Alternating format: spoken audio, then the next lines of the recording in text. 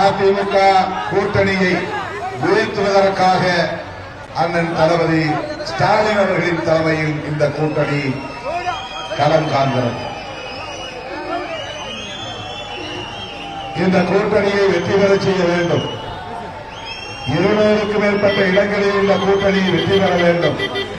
அதிலே ஒன்று பெரியகுளம் தொகுதியில் பானை சின்னத்தில் நீங்கள் வாக்களித்து சக்திவேல் அவர்களை வெற்றி பெற செய்ய வேண்டும் என்று கேட்டுக் கொள்வதற்காக உங்களை நாடி வந்திருக்கிறோம், தேடி வந்திருக்கிறோம். அதிமுகவுக்கு அல்லது அந்த கூட்டணி கட்சிகளுக்கு வாக்களித்தால் அது பிஜேபிக்கு அளிக்கிற வாக்கு. இந்த தொகுதியிலே அதிமுக கூட்டணியில் அமமுக போட்டியிடுகிறது.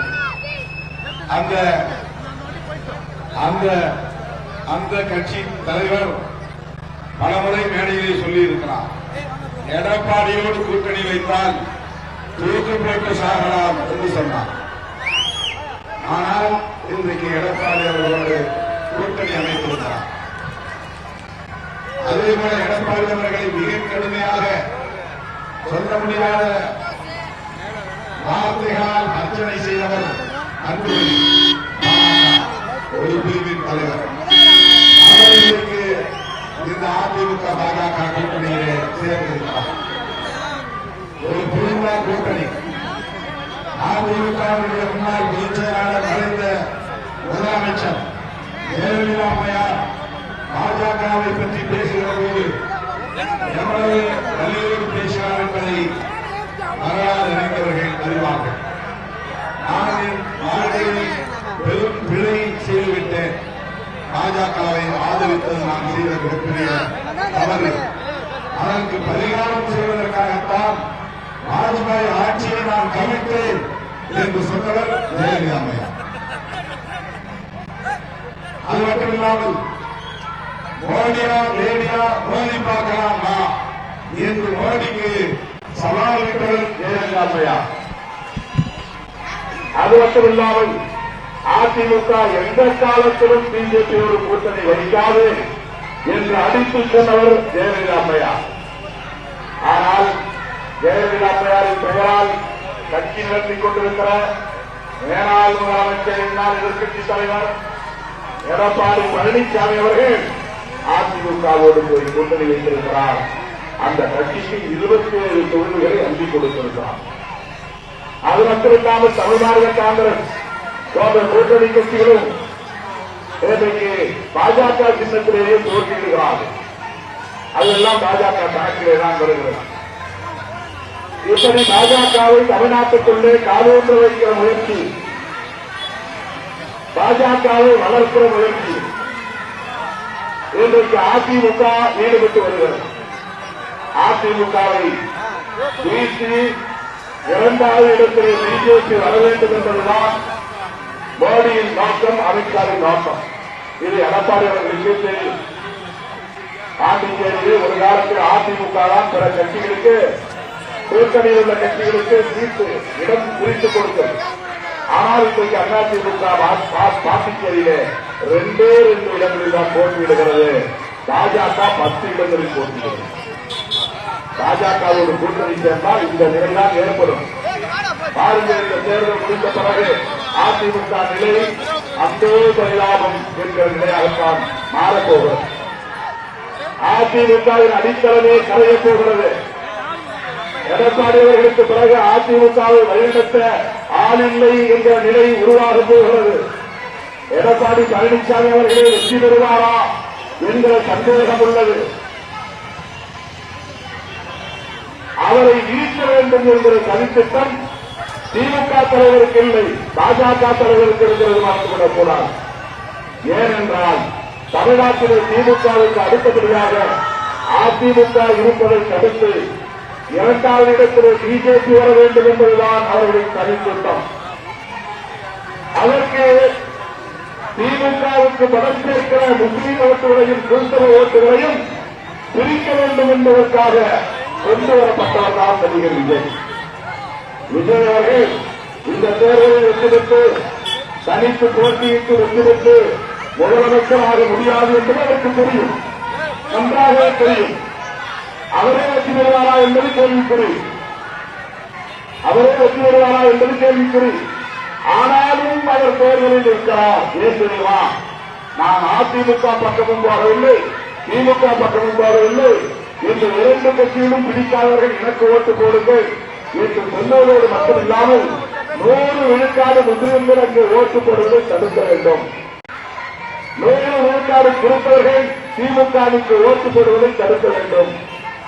ஏனென்றால் அதிமுகவோடு பிஜேபி இருப்பதால் முஸ்லிம்களும் கிறிஸ்தவர்களும் அதிமுக அணிக்கு ஓட்டு போடாமல் திமுக அணிக்கு ஓட்டு போடுவார்கள். இப்போது அதிமுகவுக்கு நீங்கள் போட வேண்டாம், ஏனென்றால் இங்கு பிஜேபி இருக்கிறது. திமுகவுக்கும் போட வேண்டாம், அதற்கு மாற்றாக நான் இருக்கிறேன், எனக்கு போடுங்க.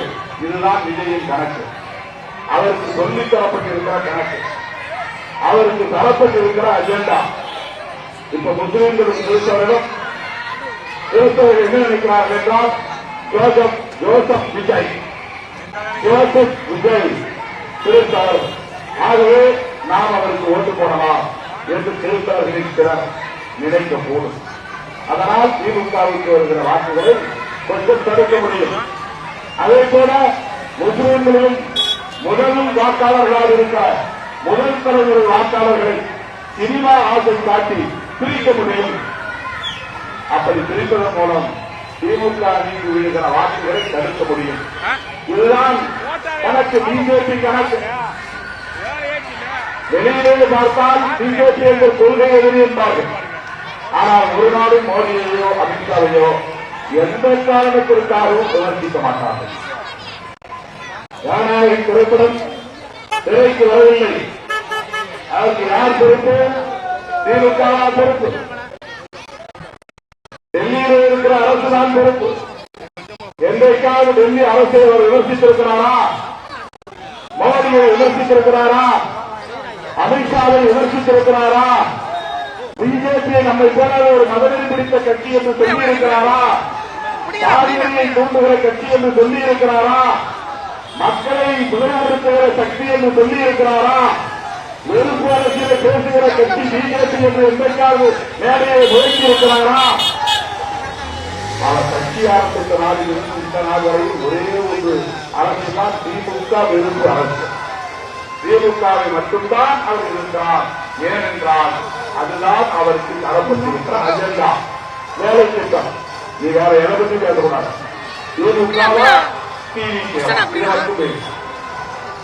திமுக தலைவரை விமர்சனம் செய். திமுகவுக்கு ஆதரவாக போகிற வாக்குகளை எல்லாம் நீ வாங்கிப்போ, நாங்கள் ஜெயிப்போம். இதற்காக இறக்கிவிடப்பட்டிருப்பவர்தான், களம் இறக்கிவிடப்பட்டிருப்பவர்தான் நடிகர் விஜய். யோசித்து பாருங்கள், அவர் ஆட்சியிலும் தந்து அதிகாரத்திலும் தந்து என்று சொல்லியும் கூட யாரும் அவரோடு போகவில்லை. அதிமுக கூட்டணியில் உள்ள தேமுதிக நம்மோடு வந்துவிட்டது, விஜயோடு போகவில்லை. எஸ்டிபிஐ நம்மோடு வந்துவிட்டது, அவரோடு போகவில்லை. தமிழ்நாடு கட்சி நம்மோடு வந்துவிட்டது, அவரோடு போகவில்லை. புதிய புதிய இயக்கங்கள் பல நம்மோடு இருக்கிறார்கள். திமுக தலைவரை நம்புகிறார்கள். அவர் புதிய கட்சி ஆரம்பித்திருக்கிறார், சினிமா ஹீரோவாக இருக்கிறார். அவருக்கு சென்று விடவெல்லாம் மக்கள் திரளுகிறார்கள். அவர் பக்கம் போவோம் என்று யாருமே போகவில்லை. கடை விரித்தேன் கொள்வாரில்லை என்று சொன்னதை போல அவர் கட்சி தொடங்கிய அணியை உருவாக்க முயற்சிக்கும் ஒரே ஒரு நபர் கூட அவர்களுக்கு இருக்கிறார். ஏன்? திமுக மீது மக்களுக்கு இருக்கிற நம்பிக்கையா? திராவிட முன்னேற்ற கழக தலைவர் என்ற தளபதி ஸ்டாலின் அவர்களின் தலைமையிலே இணைந்திருக்கிற இந்த கூட்டணியில் இடம்பெற்றிருப்பவர்கள் மதச்சார்பின்மைக்காக இடம்பெற்றிருக்கிறோம். அரசமைப்பு சட்டத்தை பாதுகாப்பதற்காக கைகோர்த்திருக்கிறோம். கருத்தியல் சார்பு களமாடக்கூடிய சக்தியை கைகோர்த்திருக்கிறோம். தேசிய அணி, காங்கிரஸ் பேரியக்கம், கம்யூனிஸ்ட் கட்சிகள் இவையெல்லாம் புதிதாக கட்சி தொடங்கியிருக்கிற விஜயத்துக்கும் போவது என்று இல்லை. அந்த முடிவெடுக்கவில்லை. ஊடகங்களை பற்றி பரப்பினார். திருமாவளவன் போய்விடுவார், காங்கிரஸ் போய்விடும், கட்சி போய்விடும். சமூக ஊடகங்களில் பல பேர் விலகிக் கொண்டிருந்தார்கள், விரட்டிக் கொண்டிருந்தார்கள். ஆனால் என்ன நடந்தது? திமுக கூட்டணி கட்டுக்கோப்பை எந்த சக்தியாலும் சிதைக்க முடியவில்லை. அந்த கட்டுக்கோப்பை காப்பாற்றியதில் திருமாவளவனுக்கு ஒரு பங்கு உண்டு, விடுதலை சிறுத்தைகளுக்கு பங்கு உண்டு. அந்த பெருமையோடு உங்களை தேடி வந்திருக்கிறேன், நாடி வந்திருக்கிறேன். எனது கட்சி வெற்றி பெற வேண்டும் என்பதல்ல, என்னுடைய வேட்பாளர் வெற்றி பெற வேண்டும் என்பதற்காக உங்களை நான் தேடி வர வேண்டும் என்பதா? நம்முடைய நோக்கம் வெற்றி பெற வேண்டும். திராவிட முன்னேற்ற கழகத்தின் தலைவரான கூட்டணி வெற்றி பெற வேண்டும். வலதுசாரிகள் இந்த மண்ணில் வலுப்பெற்றுவிடக் கூடாது, பிற்போக்கு சக்திகள் வலுப்பெற்றுவிடக் கூடாது, மதவெறி சக்திகள் வலுப்பெற்றுவிடக் கூடாது, சமூக நீதிக்கு எதிரான கும்பல் வலுப்பெற்றுவிடக் கூடாது. ஆகவேதான் பெரியகுள தொகுதிக்கு உங்களை தேடி வந்திருக்கிறேன், நாடி வந்திருக்கிறேன். இங்கே உதயசூரியன் தான் பானை சின்னமாக இருக்கிறது. இங்கே வேட்பாளராக போட்டியிடும் கட்சியில் எனது கட்சியின் துணை பொதுச் செயலாளர். நான் இயக்கத்தை 1990களில் தொடங்கிய காலத்தில் இருந்து என்னோடு தொடர்ந்து பல்வேறு நெருக்கடிகளை சந்தித்து பயணித்துக் கொண்டிருப்பார். ஆகையெல்லாம் அவருக்கு நான் இந்த வாய்ப்பை தந்திருக்கிறேன். அவரை நீங்கள் வெற்றி பெற வைப்பார். உங்கள் உணர்வுகளை சட்டமன்றத்திலே பிரதிபலிப்பார், உங்கள் குரலை சட்டமன்றத்திலே எதிரொலிப்பார். இந்த தொகுதியிலேயே தங்கியிருந்து உங்களுக்காக பணியாற்றுவார் என்ற உறுதியை தருகிறேன். தளபதி ஸ்டாலின் அவர்களின் தரத்தை வலுப்படுத்த மதசார்பற்ற முற்போக்கு கூட்டணியின் கூட்டணியை சார்ந்த கட்சிகள் வலுப்பெற்றிட 20க்கும் மேற்பட்ட இடங்களில் வெற்றி பெற்றிட திராவிட முன்னாள் ஆட்சி 2.0 உருவாகிட உங்கள் பொன்னான வார்த்தைகளை தானை சின்னத்திலே முத்திரையிட்டு பெருவாரியான வார்த்தைகள் வித்தியாசத்தில் கட்சிகள் அவர்களை தேர்ந்தெடுக்க வேண்டும், வெற்றி பெற்ற வேண்டும் என்று கேட்டு விடைபெறுகிறேன். நன்றி, வணக்கம். நமது சின்னம், நமது சின்னம், வெற்றியின் சின்னம், வெற்றியின் சின்னம், திமுக ஆதரவு பெற்ற சின்னம், காங்கிரஸ் ஆதரவு பெற்ற சின்னம், ஆதரவு பெற்ற சின்னம், தேமுதிக ஆதரவு பெற்ற சின்னம், இஸ்லாமிய கட்சியின் ஆதரவு பெற்ற சின்னம்.